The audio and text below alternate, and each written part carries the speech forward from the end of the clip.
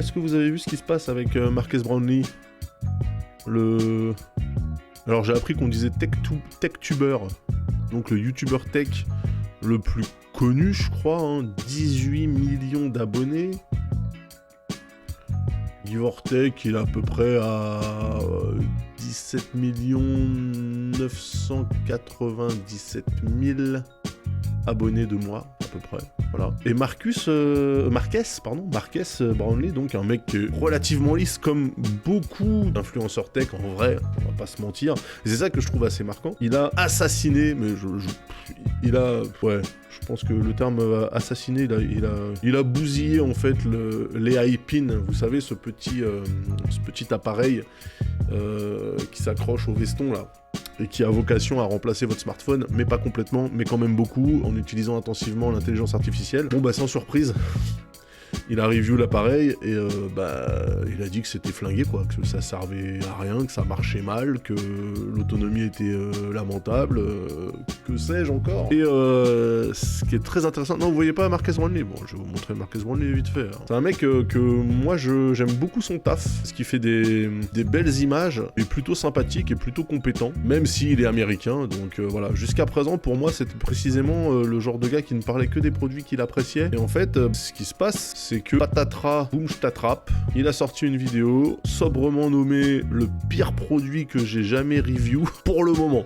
Le mec est quand même optimiste, il sait qu'il y aura encore pire à venir. Et donc, le truc, c'est que maintenant, Internet se déchaîne en lui disant que un gars avec son reach ne devrait pas donner d'avis trop tranchés, surtout quand ils sont négatifs, parce que ça peut potentiellement couler des entreprises. Je trouve que c'est déjà donné énormément d'importance aux reviewers tech, ce que je trouve plutôt cool, hein. Mais enfin bon, voilà. Et moi, je suis plutôt fervent défenseur de l'inverse, c'est-à-dire que ça me gave un petit peu que les reviewers tech ne reviewent que les produits, soit on leur a demandé de review contre de l'argent, soit qu'ils trouvent trop chouette. Je trouve que c'est vachement important pour le monde de la tech aussi de voir passer de temps en temps des flops, des gros flops, voire des scams, comme ce truc-là par exemple, et de le dire. Je trouve que c'est super important. Peut-être que s'il y avait plus de gens qui faisaient ça, il y aurait moins de boîtes qui lanceraient des produits de merde comme Human tout court. Et le produit s'appelle AI Pin. Si l'entreprise coule à cause d'un avis d'influenceur, c'est que le problème est ailleurs. Non mais voilà, exactement. En fait, le truc, c'est que justement, on est, je trouve, beaucoup trop tolérant avec des produits qui ne le méritent pas. Un truc de fou. C'est-à-dire qu'il y a des entreprises qui lancent leur business avec une capitalisation qui parfois peut donner le vertige pour des trucs qui sont objectivement éclatés quoi. Ça change parce que d'habitude c'est des gens qui n'ont rien à perdre qui disent ce genre de trucs. Là le fait que ça soit, je pense, le plus gros reviewer tech du monde, bah forcément ça questionne toute une industrie et passer la première couche de c'est un hater, blablabla, ça pose des questions qui, franchement, s'entendent. Moi, ce produit-là, on en a déjà parlé en stream, on en a déjà parlé chez Frandro. Dès le départ, j'ai dit, il y a une idée, hein. Franchement, avoir un petit projecteur comme ça, machin et tout, c'est cool. Mais en vrai, voilà. De la merde. Alors peut-être, ça, c'est encore plus marqué que le Rabbit R1 dont on a parlé. Alors, c'est pas un lapin breton, c'est le Rabbit R1. Et je pense que Marques Brownlee va devoir forcément en parler, ne serait-ce que parce que ce sont deux produits qui se lancent avec à peu près les mêmes promesses, c'est-à-dire remplacer votre smartphone par un assistant dopé à l'intelligence artificielle. Là, il a fait la Xbox, il est obligé de faire la PlayStation. Voilà, c'est ça le bail. Prouve que les gens sont délus, c'est un truc de fou, quoi. C'est-à-dire que le mec, littéralement, il a fait son taf. Il a parlé d'un produit qui coûte 700 balles, et il a dit ce qu'il en pensait réellement. En l'occurrence, n'achetez pas ça, c'est nul. Et les gens lui tombent dessus. Alors je sais pas, est-ce que les gens sont habitués ou ne veulent entendre que des trucs qui valident leur propre biais, je sais pas, est-ce que... Je pose la question même dans le chat, qu'est-ce que vous préférez vous en fait? Vous préférez quand ce sont des gens qui ne testent que des produits pour lesquels ils sont enthousiastes, ou vous aimez de temps en temps avoir un avis un peu sur des produits? Je pense que je vais même faire un poll, tiens. La seule question est, est-ce que ça va tuer son business de YouTuber tech? Non. Quand t'as 18 millions d'abonnés sur YouTube, t'es too big to die. Ou alors faut vraiment que tu fasses une dingue et ça sera pas sur ton champ professionnel. Pour qu'un mec comme ça disparaisse, faut qu'il fasse une R. Kelly ou une Didi ou n'importe quel membre du gouvernement français par exemple. Un bon reviewer, c'est un reviewer honnête qui dit ce qu'il aime ou pas, mais surtout pourquoi il aime ou pas. Oui, aussi, évidemment. Tant que le mec est pas sponsor, il dit ce qu'il veut. Par contre, les Naotech qui se font offrir des geekeries dont 3 vidéos sur 4 sont sponsors, ça me pose problème. Après, faut doser. c'est comme tout, c'est le modèle. Après voilà, c'est le modèle économique. On sait que influenceur tech, il y a influenceur quand même. Et l'influence, bah, c'est bosser pour des marques, voilà. Tant que c'est visible, communiqué, et que c'est pas 100% de la ligne éditoriale, c'est bien que les gens touchent de l'oseille. Mais je pense pas que les gens réellement se trouvent à bosser pour des marques qu'ils détestent. Même moi, à mon niveau, si ça m'arrivait, que par exemple Gigabyte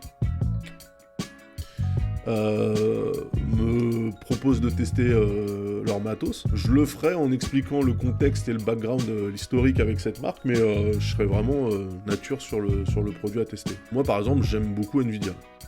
Je continue à dire qu'il y a des trucs qui servent strictement à que dalle, mais on peut pas nier quand même le boulot qu'ils font sur leur GPU et les technologies qu'ils proposent, principalement le DLSS, mais tout ce qu'il y a autour, gros taf. Maintenant, oui, même en ayant une carte Nvidia qui coûtait relativement cher à l'époque, je dois dire que, ouais, le ray tracing, je m'en tape, quoi, vraiment. J'en ai rien à foutre. Hein. Le corollaire à cette affaire Marcus Brownlee, ce qui est intéressant à noter aussi, c'est que il a atomisé une toute petite boîte. C'est ce qu'on lui reproche. On lui dit, ouais, voilà, les mecs, ils viennent à peine de se lancer, t'arrives, t'es là, t'envoies ta review à 18 millions de personnes, boum, les mecs, leur business est dead. Alors, comme on disait en début de stream, si ton business, il est mort parce qu'il y a un gars qui lui a tapé une mauvaise review, c'est chaud. Voilà, je trouve ça cool, justement, d'observer un petit peu ce petit monde de la tech, là, de voir ce qui se passe, de se rendre compte que, bah, les influenceurs ont gagné.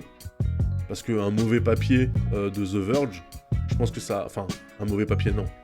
Un papier négatif d'un site comme The Verge ou n'importe quel site de tech, Ars Technica et compagnie, ça n'a jamais... Enfin, j'ai jamais vu autant de bruit sur Twitter qu'avec une vidéo négative de Marcus Brownlee. Donc vraiment, c'est aussi ça que ça dit de notre époque. C'est que les gens qui ont l'oreille du public, c'est vraiment les influenceurs, les youtubeurs. Et c'est intéressant de le noter.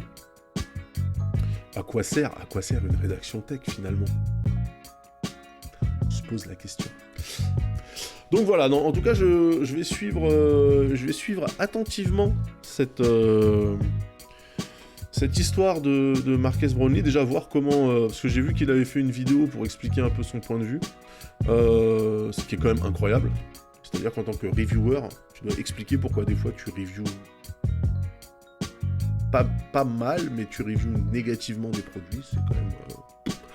on marche sur la tête dans cette industrie de cons.